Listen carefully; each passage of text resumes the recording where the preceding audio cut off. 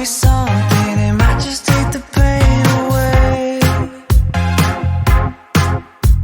Ako kayo at ingat-ingat po kayo at lagi ko nga sinasabi kapag lalabas ng bahay, dalhin nyo si Mr. at si Miss Pasensya para buhay ay laging masaya.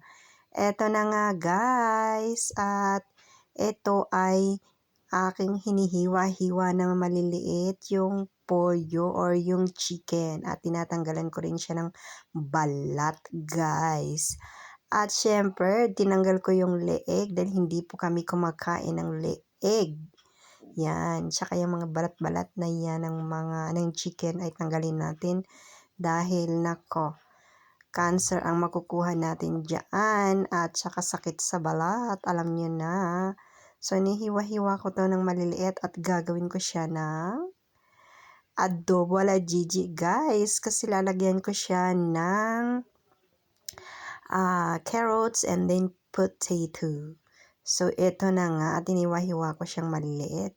So, tingnan nyo na lang kung paano ko gawin ang minong to guys. Itong chicken ala Gigi, di ba?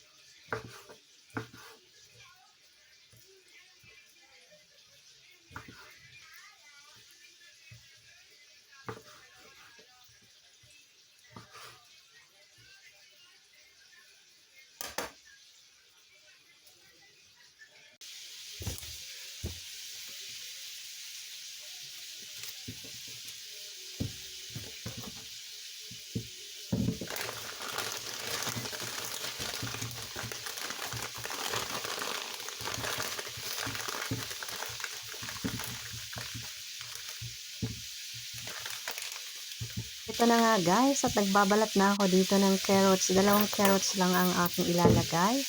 At ihiwa-hiwain ko siya ng maliliit. And then yung patatas din guys. Yung mini-mini na patatas yan yung maliliit guys. So ito ihiwain ko ng maliliit. At maingay dyan guys kasi naririnig yun. Nagpiprito po ako ng chicken din.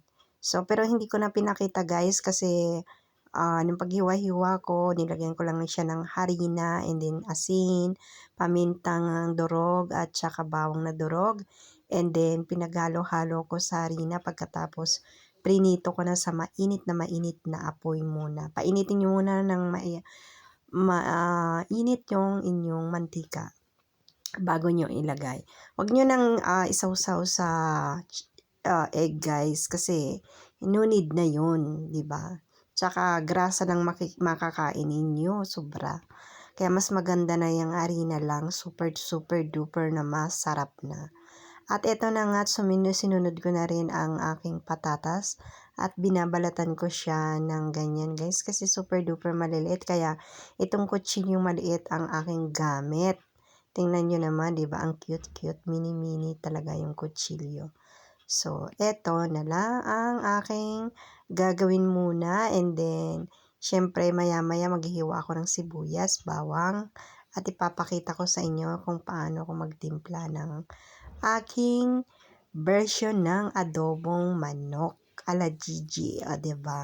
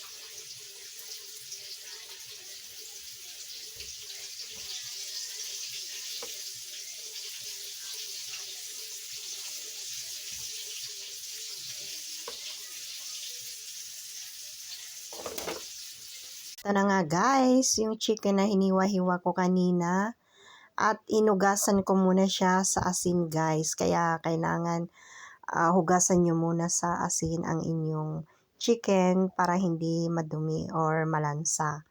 'Di ba? And then nilagay ko na yung bawang, sibuyas na iniwa-hiwa ko dyan.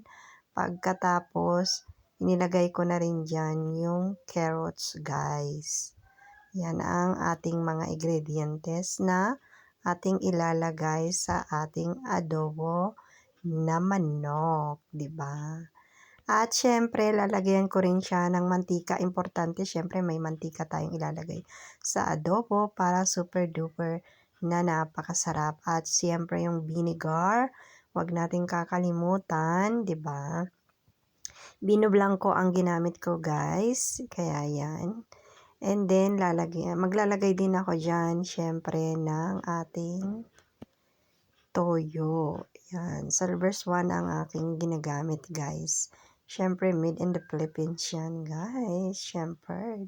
At halos 6 na kutsara ang nilagay ko dyan na toyo. Kasi malaking itang spoon na yan, guys, na itim ay halos 2 kutsara ang ang value. And then, nilagyan ko rin siyang 2 kutsara na pamintang durog. And then, maglalagay din ako dyan ng asin at saka kaunting asukal, guys, para super duper na napakasarap ng ating adobo, 'di ba? Yan ang aking mga ingredients na normal lang, na basic na ginagamit natin syempre kapag gumagawa tayo ng ating adobo. At syempre, guys, ito ay walang laurel. Hindi ko siya nilagyan ng laurel. Kaya wala kayong makikitang laurel dyan ngayon. 'Di ba? Kaya iba-iba naman ang paggawa ng adobo. So, ito ngayon ay hindi ko siya nilagyan ng laurel. At syempre, pinaka-importante ay syempre, halo-haluin natin siya, guys, bago natin siya isalang para ma-marinate, kumbaga. Yan, ganyan. Kaya super duper yung lasa sumuot dyan sa laman ng karning manok or karning baboy. Depende sa gusto ninyo kung anong karne ang gusto nyong lutuin, di ba? So, eto na nga at nilagyan ko siya ng konting tubig. Konti lang, guys. Siguro mga 4 na kutsara yan. Kasi nga, naglagay ako ng tubig para lumambot kaagad kasama yung ating carrots. Dahil yung carrots ay alam nyo naman na matigas. 'Di ba? Kaya yan. So, pagkulo niyan, guys, siyempre ay malambot na yung ating carrots ng konti. Saka ko naman dyan isusunod yung ating patatas para hindi siya ma-overripe yung ating patatas. Hindi ko siya sinabay dyan, guys, kasi alam niyo na mas maganda na yung hindi masyadong durog yung patatas. Kasi kapag durog yung patatas na ating ilalagay, ay dumidikit din yung sa kaldero o sa kawali. Nako, mahirap na, masusunog kagad. So, ito nga, guys, sa tinakpan ko na, syempre, maghihintay tayo ng pagkulo niya. Siguro mga 10 minutes dito bago ko siya binuksan, guys. Kasi gusto ko nga ay super duper na lutong-luto na yung ating carrots dyan, 'di ba? At syempre, hinalo-halo ko rin siya dyan para ma-mix siyang maayos. So, ganyan, guys, yung aking paggawa ng aking adobo, 'di ba? Napakasimple lang pero super duper naman talaga ang sarap, lalo na tayo mga Pinoy kapag nag-adobo, talagang pasarapan, 'di ba? Ganon, kasimple pero super duper sarap pag adobo. Ang pinag-uusapan, ang dami yung makakain, 'di ba? Naku, grabe, super duper. Kaya naman ito, nilagay ko na yung aking patatas mini-mini, yung maliliit. Kasi medyo luto na yung ating carrots, guys. Kaya yan. At syempre, pinupush ko siya pababa para naman yung ibang patatas ay lumubog siya ng konti dyan. Kasi yung aking kawali hindi siya masyadong malalim. Kaya yan. Simpleng kawali lang yan, normal. At yan, tinakpan ko ulit at maghihintay tayo dyan ng mga 15 minutes para lumambot yung ating patatas. At syempre kasama na yung pagpalambot natin ng patatas ay bababa na yung ating sabaw ng ating chicken. And then luto na yan, tapos halo-haluin ko ulit siya dyan. At pagkatapos takpan ko ulit, di ba guys? Ganun lang naman yun, kasimple ang paggawa natin ng adobo na napakasarap naman talaga. Kaya yung mga bisita ko at yung anak ko, naku, sarap na sarap sila sa adobo. Lagi na ng adobong ganito ang aking inihahanda. Paborito nila at nagustuhan nila. Grabe, ang dami namin nakain ditong kanin. Nawala na naman yung diet. Nako guys, talagang sarap.